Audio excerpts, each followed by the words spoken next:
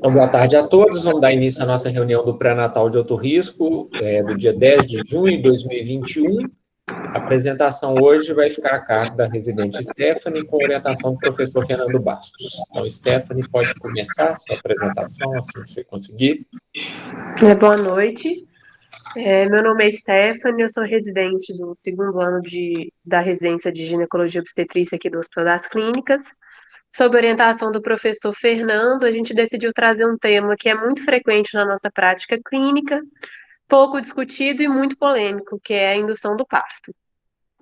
Então, para começar, a gente vai trazer o conceito da indução, que vai ser um estímulo ao início das contrações para antecipar o trabalho de parto a partir da 22ª semana de gestação. E a gente tem também um outro conceito, que é o conceito de aceleração do trabalho de parto, que é quando a paciente já está em fase ativa e a gente vai usar algum método para fazer com que a velocidade da progressão desse trabalho de parto se torne mais satisfatória. Então, antes da gente pensar nos métodos, a gente precisa entender quais vão ser as indicações, quando que a gente vai indicar para uma paciente interromper uma gestação em um período planejado. Então, a gente vai ter sempre que olhar o lado materno e o lado fetal. Então, em relação às indicações maternas, a gente vai ter as principais comorbidades que a paciente pode apresentar durante a gestação, ou que ela já vinha, é o que apresentava previamente, como distúrbios hipertensivos, cardiopatia, nefropatias, neoplasias. A gente teve alguns casos no nosso hospital recente, né? Tipo, da paciente com neoplasia de mama que a gente teve que antecipar, diabetes, que é super comum, e fetal, como as gestações que estão próximas do termo, após 41 semanas, né? As gestações com restrição de crescimento, algumas anomalias congênitas, a presença de oligodrâmio sem causa definida, quando a gente tem uma amniorrex prematura e em alguns casos de gestações múltiplas. Sempre quando o risco de manter a gestação estiver acima do risco se for menor do que o risco de interromper, a gente vai optar por essa interrupção programada. As contraindicações da indução são bem parecidas com a contraindicação ao parto vaginal mesmo, né? Então, no caso da mãe, a presença de herpes genital ativo, placenta prévia, a vasa prévia ou uma cicatriz uterina anterior e algum vício pélvico que impeça a progressão do trabalho de parto. Em relação às causas fetais, a gente vai ter impedimento quando a gente tem um feto macrossômico, com risco de DCP, uma hidrocefalia grave também pelo mesmo motivo, um estado fetal não tranquilizador, que a gente não vai conseguir garantir o bem-estar fetal durante o processo da indução, que muitas vezes pode ser demorada, e na presença de alguma apresentação anômala. Eu trouxe a tabelinha das idades sugeridas para a interrupção do nosso protocolo. Trabalhar comorbidade ou problema individualmente tornaria a apresentação muito longa, mas eu acho que é sempre importante a gente passar o olho e ter em mente as principais indicações, né? E aqui também separada de acordo com as causas maternas e as causas fetais. Então, os princípios da indução, a gente tem que, a partir do momento que a paciente ela vai ser elegida para interromper a gestação, a primeira coisa a ser feita vai ser a avaliação cervical, porque isso vai determinar para qual caminho que a gente vai seguir. Se a gente tem uma paciente com colo que já é maduro, ou um colo que é imaturo, a gente vai seguir caminhos diferentes. Para essa avaliação do colo uterino, atualmente a gente usa o índice de Bishop, que vai pegar 5 características do colo, com a dilatação, o apagamento, a consistência, a posição e também a altura da apresentação, para definir se esse colo ele vai ser possível você já iniciar com o método de indução, propriamente dito, ou se a gente vai precisar de um método para realizar o amadurecimento cervical. No protocolo do nosso hospital, a gente tem que um colo que ele tem um índice de Bishop menor ou igual a 4, ele vai necessitar de um procedimento de amadurecimento cervical. Enquanto um colo que tem um índice de Bishop maior do que 9, ele já vai estar propício para a indução do parto com o uso de ocitocina. E o que tiver ali entre o meio do caminho, a gente vai precisar individualizar. Na literatura, o que eu encontrei é muito variado também, essa indicação, mas tem uma tendência que eu trouxe que é diferente do nosso protocolo, só para a gente poder pensar. Que um bishop abaixo de 6 seria um bishop para amadurecimento e um bishop acima de 6 seria um bishop para iniciar já com a ocitocina. Então, eu trouxe aqui alguns fatores que são encontrados na literatura que são relacionados ao aumento da chance de sucesso de indução.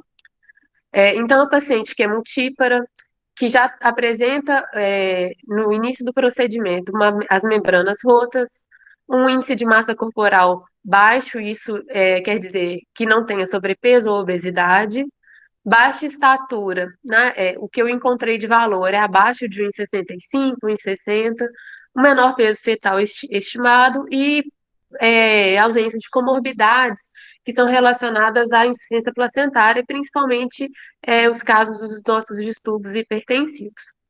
No trabalho da Tayane, que ela trouxe sobre o nosso serviço, ela trouxe como fator para sucesso de parto, principalmente parto não operatório, idade materna, sendo idade, menor idade, menor prognóstico, paridade, idade gestacional e também a dilatação com que a paciente chega no nosso serviço. Do trabalho dela, as 837, se eu não me engano, gestantes que ela estudou, 72% conseguiu ter o parto vaginal, 23% foi para cesariana e 5% precisou de um parto vaginal instrumentado. Nos trabalhos, a maioria dos desfechos primários que eles observam, né, para avaliar o sucesso da indução é a presença do parto vaginal em menos de 24 horas do início do procedimento e a chance e a taxa de cesariana, né, a taxa de falha de indução.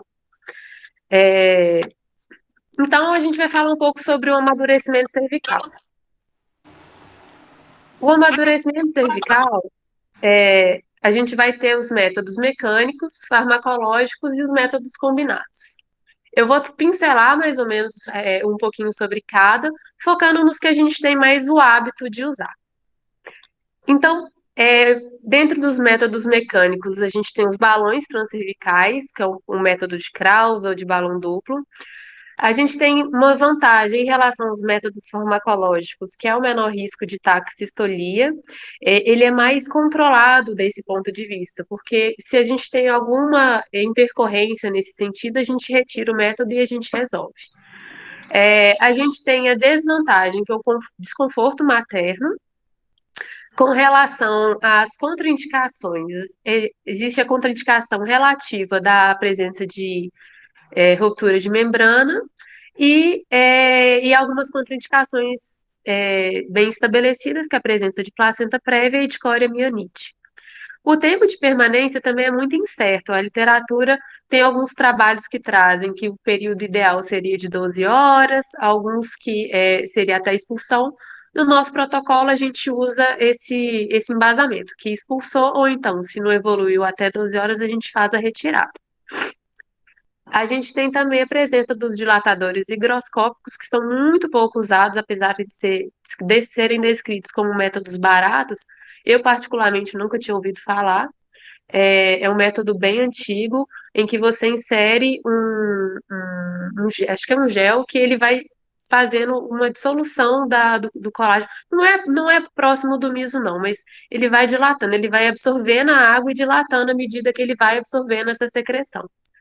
Eu trouxe esse trabalho só a título de curiosidade, porque o Kraus é o que a gente mais usa no serviço público, mas no serviço privado tem se usado muito o balão duplo, que além do balão intracervical, a gente tem um balão que a gente acopla no orifício externo do útero, e essa revisão sistemática ela não mostrou evidência de melhora de método, não. Tanto o balão de Krause quanto né, pela sonda de Foley, quanto o balão duplo, eles tinham eficácias semelhantes, com os desfechos primários semelhantes.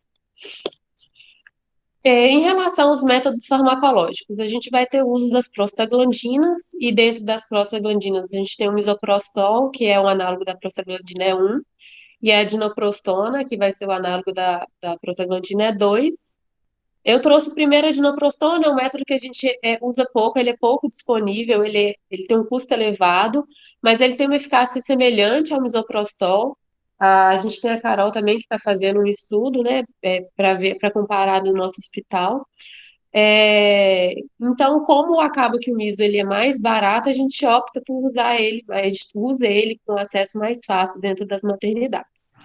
A vantagem que a dinoprostona, principalmente da forma impessária, ela tem em relação ao misoprostol é a remoção do pessar em caso de taxistolia. Porque, como eu vou mostrar mais para frente, o misoprostol ele vai ter um efeito, uma meia-vida mais longa, que quando a gente tem um evento de taxistolia, a gente não tem muito o que fazer com relação à inserção do medicamento. Já esse pessar, a gente consegue retirar e interromper esse processo de uma forma mais rápida.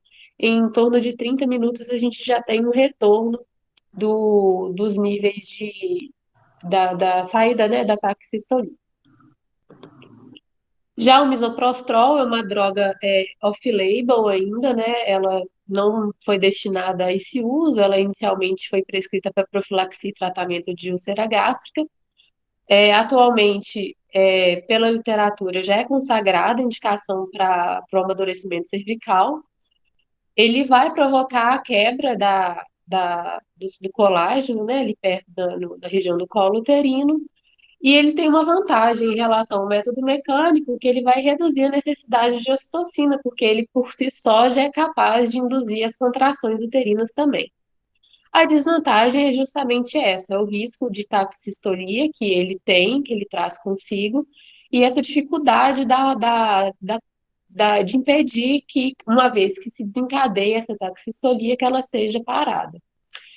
Em relação às vias de administração, a gente pode usar ela por via oral, pouco usada. Eu descobri esses dias que no Sofia eles usam a via oral quando a paciente tem bolsa rota. E a via vaginal, que é a preconizada pelo nosso serviço, também, na maioria dos estudos, ela mostra que é uma via que tem uma quantidade de efeitos colaterais menor para o paciente. É, Na posologia, a nossa dose inicial ela vai ser de 25 a 50 microgramas. E o intervalo, quando a gente usa a via vaginal, de 3 a 6 horas, e quando a gente usa a via oral, de 2 a 4 horas. No nosso protocolo, eu trouxe aqui, a gente usa a via vaginal, a gente faz o uso de 8 doses, o número máximo de doses também não é bem estabelecido pela literatura. A maioria das recomendações está entre 6 e 8 doses. A COG, ela tem uma orientação de iniciar com 50 microgramas de 6 em 6 horas, mas também não é uma coisa que ela estabelece como melhor conduta, como melhor evidência. Então, aqui no nosso hospital, a gente usa os 25 microgramas nas 4 primeiras horas, fazendo intervalo de 4 em 4 horas, e depois a gente passa para 50 microgramas a partir da quinta, fazendo intervalo de 6 em 6 horas. Quando a gente tem administração por via oral, a gente reduz um pouco esse intervalo, a gente pode fazer intervalos de 2 a 4 horas, inclusive usando a dose de 50. Em relação à farmacocinética do misoprostol, né, ele vai fazer um pico plasmático entre 60 e 90 minutos após a administração, e ele tem uma meia-vida de eliminação de 1 hora e meia. Então, é isso e um efeito por até 3 horas. Então, esse é o problema do miso quando a gente tem o principal efeito adverso dele, que é a taxistolia.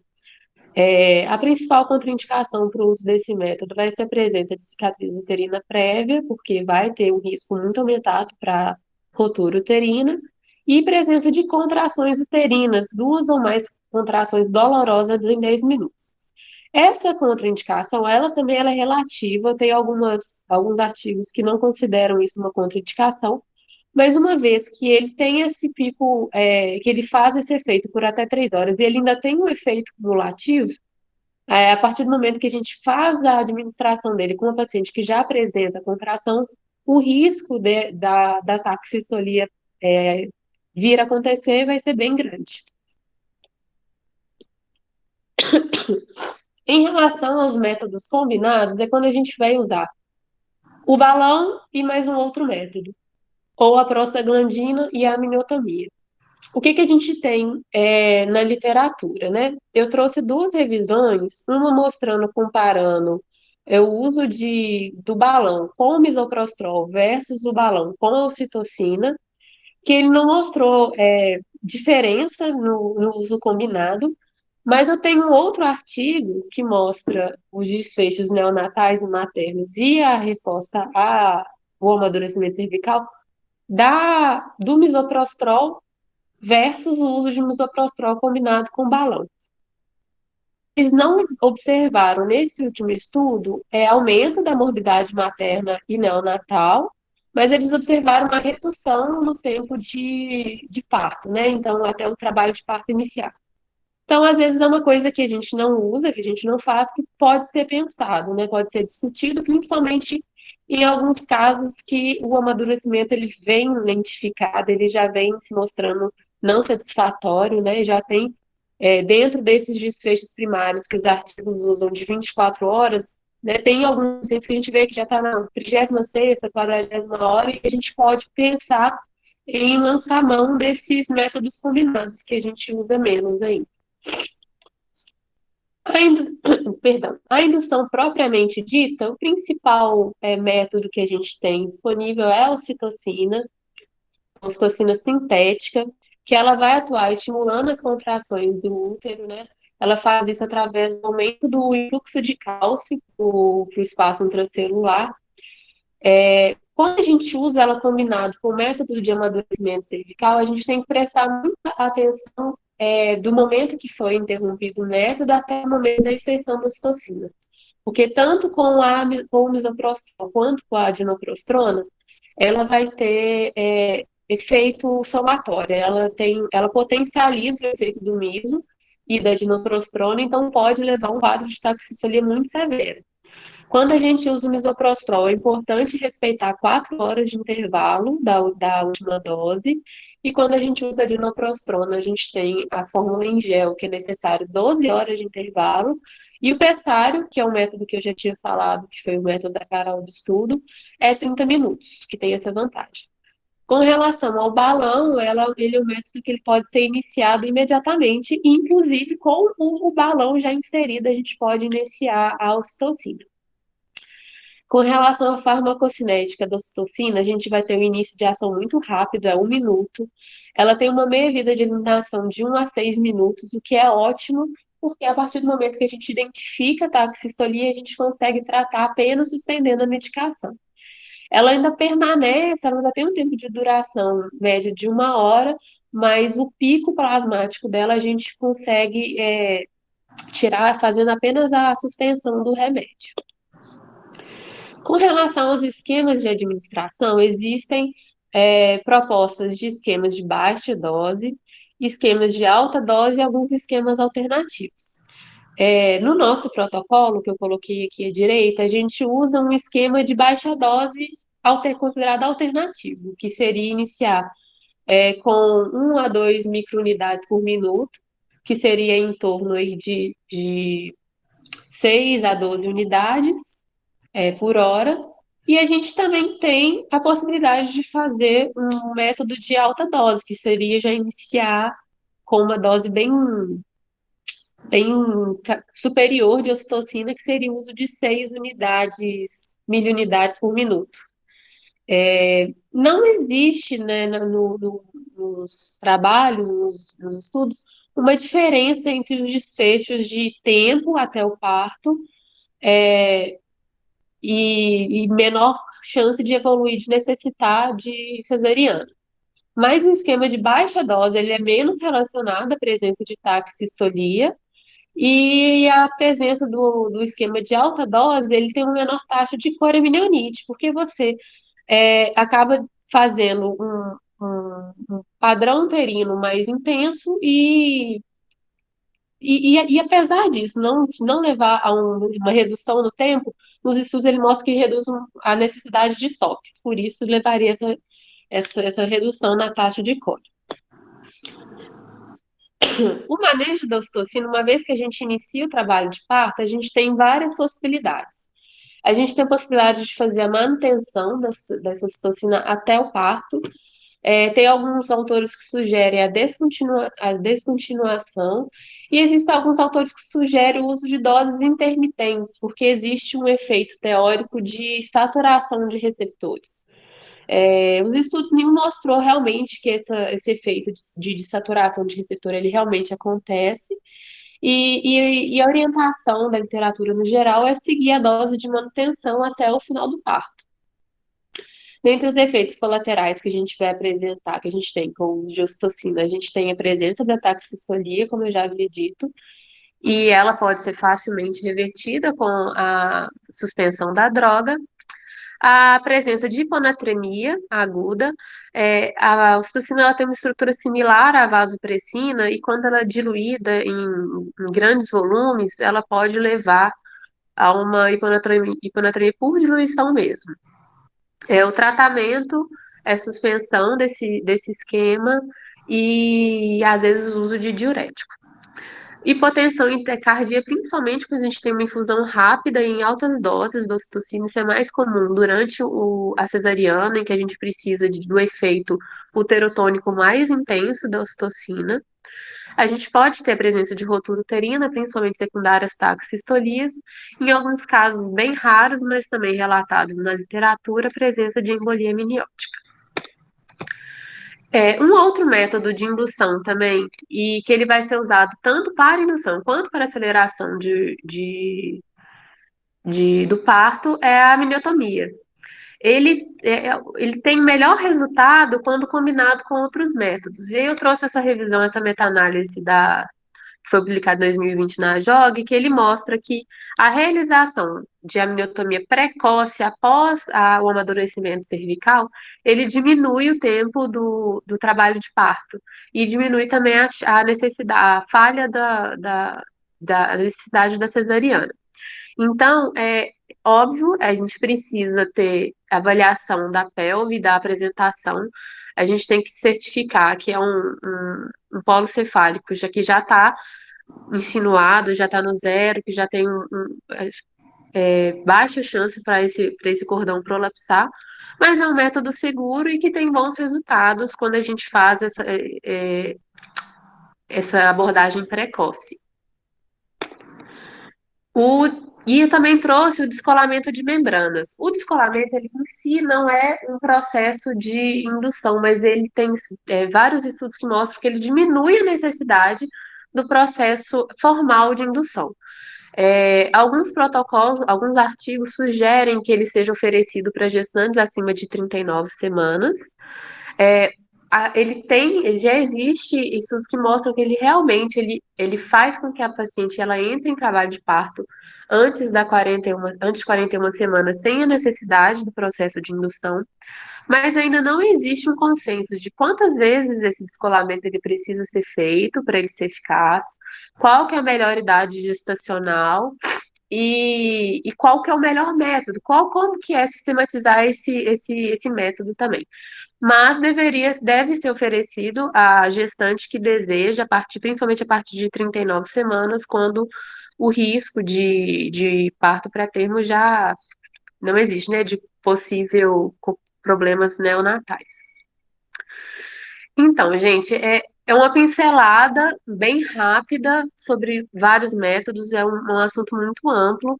Eu queria também trazer um pouco sobre métodos alternativos, mas a literatura é muito pouco certa sobre resultados, ainda existe muita polêmica, então eu acho que não ia adiantar muito para essa discussão, não ia agregar muito.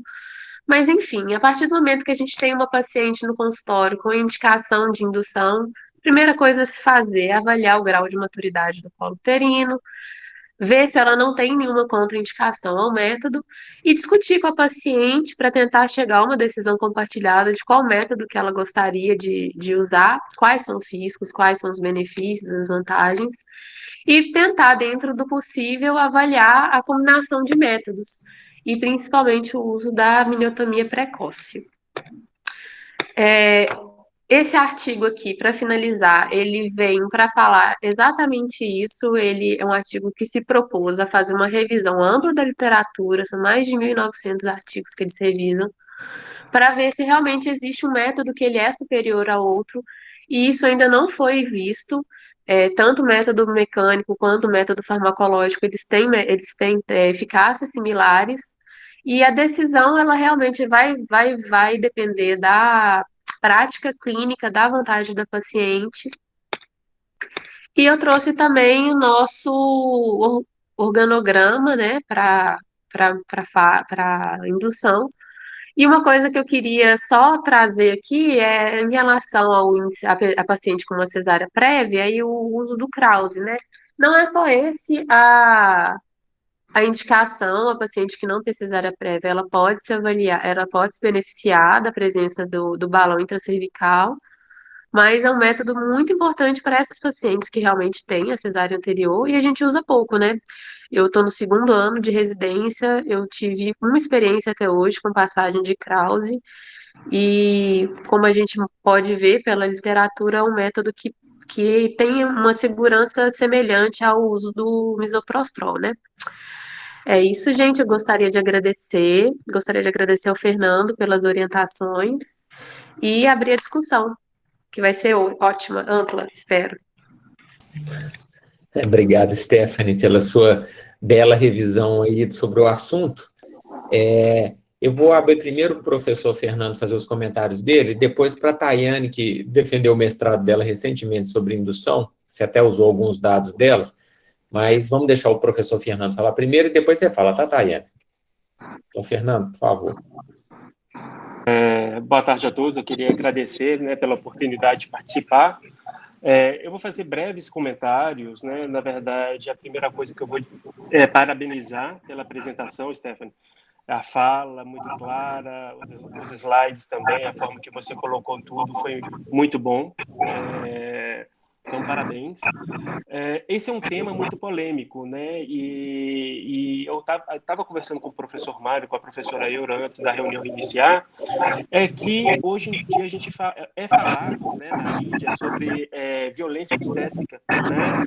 E isso me incomoda muito mesmo, porque a gente ouve o termo violência obstétrica sendo aplicado àquela pessoa que, de fato, aquele profissional que é desrespeitoso com a paciente, e também com um profissional que é desatualizado, né? Tem alguém com o microfone ligado? Tá dando eco aqui para mim, tá ficando estranho. Stephanie, seu microfone tá ligado, Stephanie, desligue ele, por favor.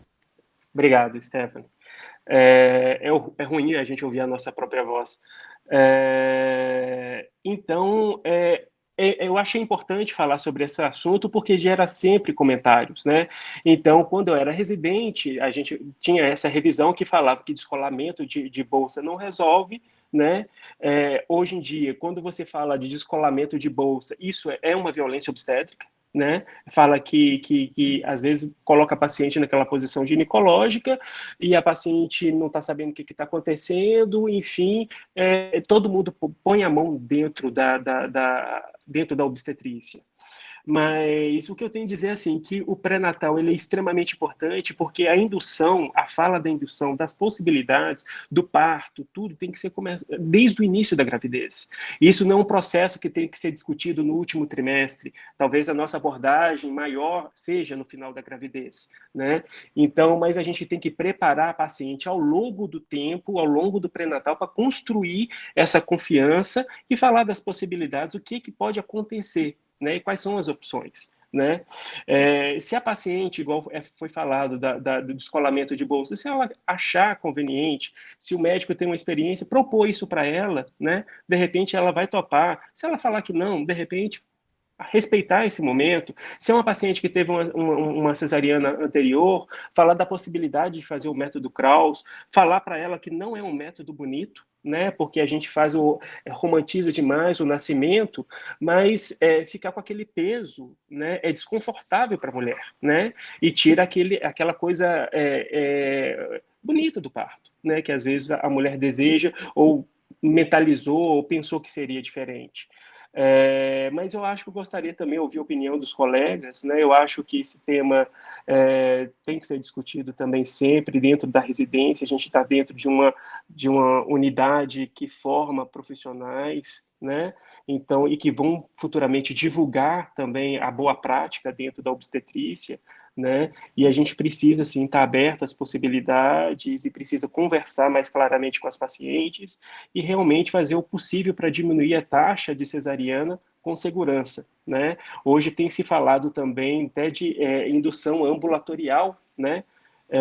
Que é uma prática também que tem que ser discutida e às vezes tem os seus riscos, mas de repente alguém já tem a experiência de fazer indução ambulatorial, é um momento aqui para a gente levantar essa discussão. Obrigado, viu? Ok, obrigado, Fernando.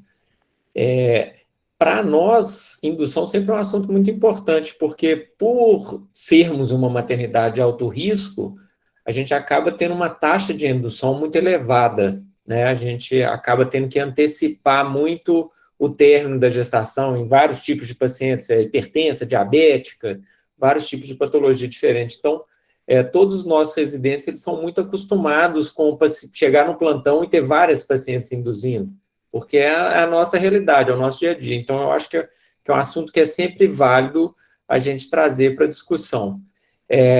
Eu, particularmente, eu sou muito favorável, eu sou da época que a gente era mais favorável a essa conduta mais ativa do trabalho de parto, né? De iniciar com dose de ocitocina mais alta, se não está indo, a evolução não está adequada, fazer descolamento da bolsa, se a paciente concorda no pré-natal, no descolamento da membrana a partir de 38, 39 semanas, mas eu concordo com você que hoje em dia são assuntos polêmicos, e a gente deve sempre discutir com a paciente, individualizar, tem que escutar o que ela deseja, né? Tem paciente que quer uma evolução mais natural, mais lenta, tem paciente que quer resolver logo, né? Mas vamos abrir a palavra para a Tayane, que é nossa expert aí, acabou de defender o mestrado sobre o assunto.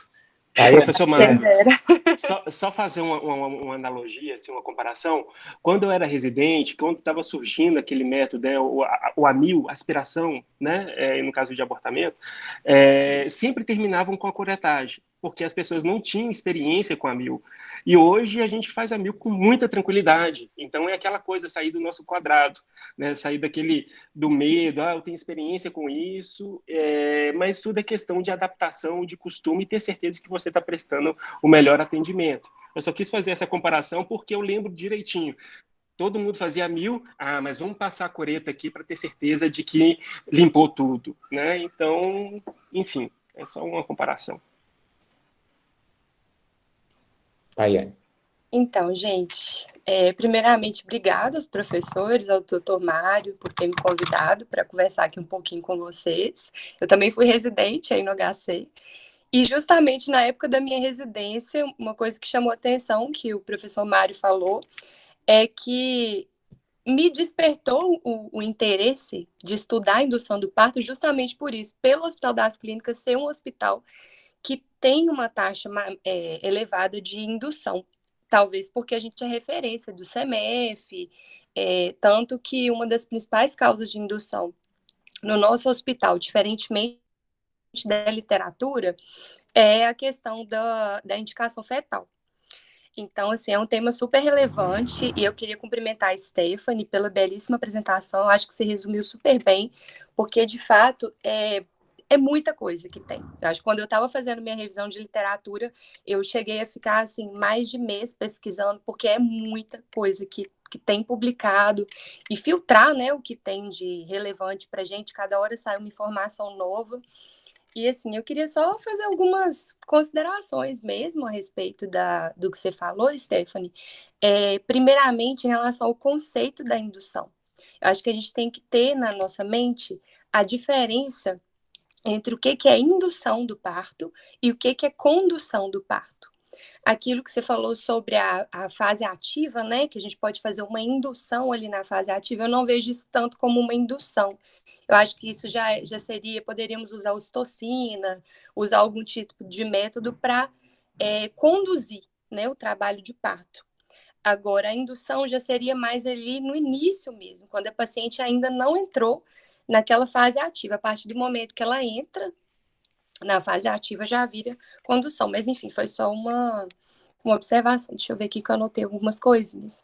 Ah, tá. Em relação ao meu trabalho, você tinha falado que eu encontrei uma coisa que foi até curiosa, né? Eu conversei muito com o professor Mário sobre isso, que foi a questão da idade da paciente.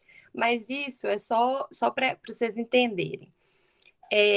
A gente estava tentando encontrar algo numa paciente nulípara que mostrasse para a gente que ela teria uma chance maior ou não de ter sucesso na indução.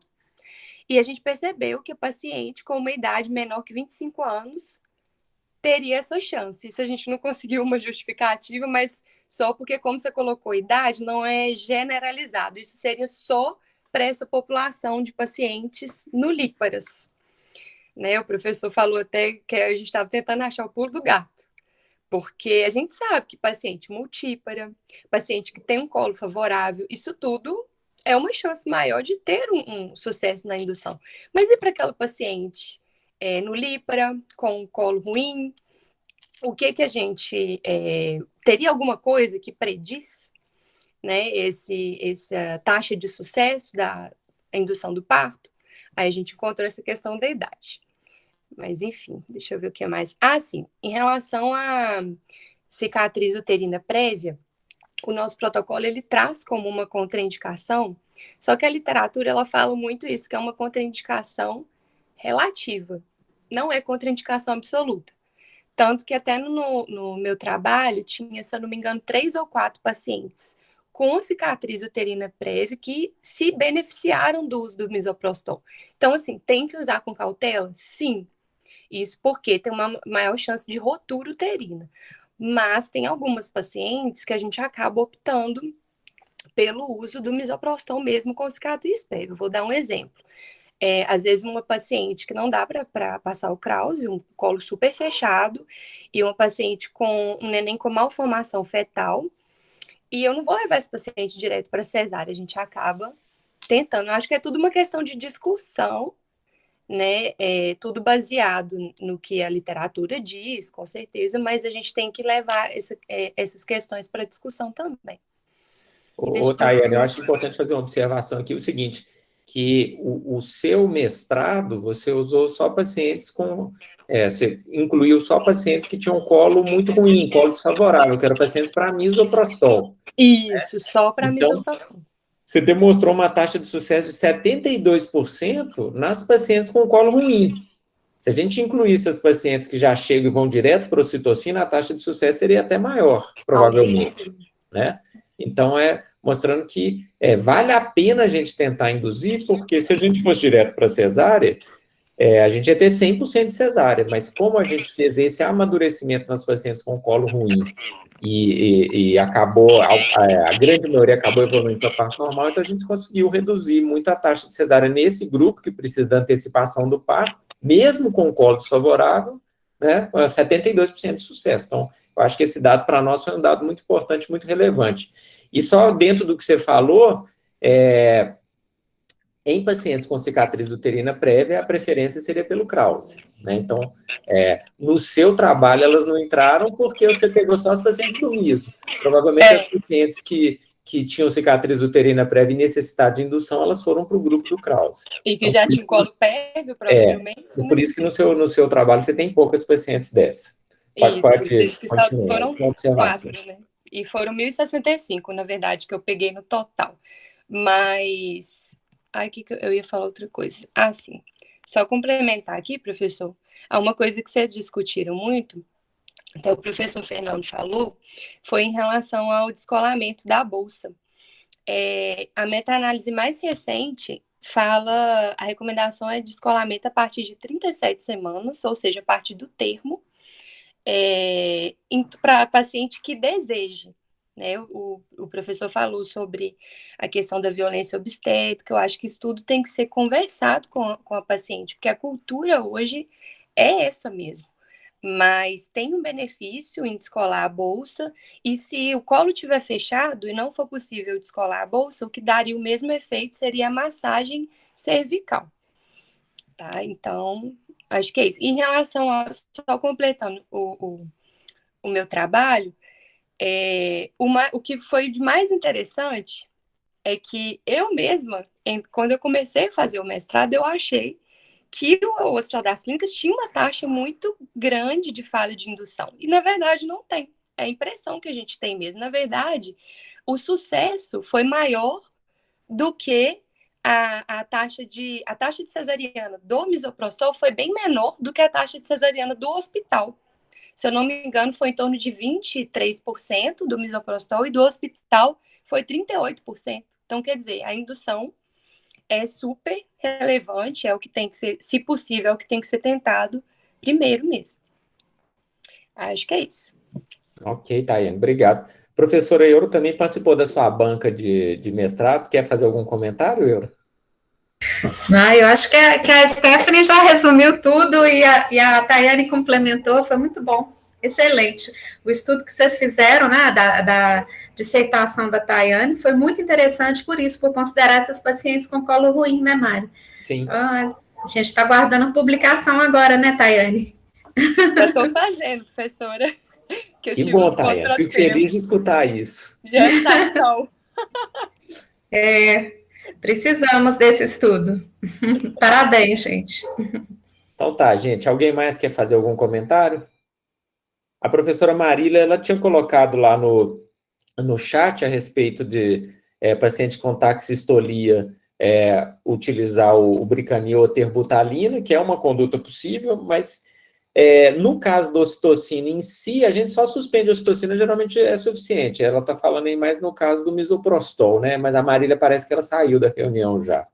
Mas é uma conduta possível, no caso do misoprostol, usar um método para diminuir a taxa de contração. Fernando, você quer falar mais alguma coisa?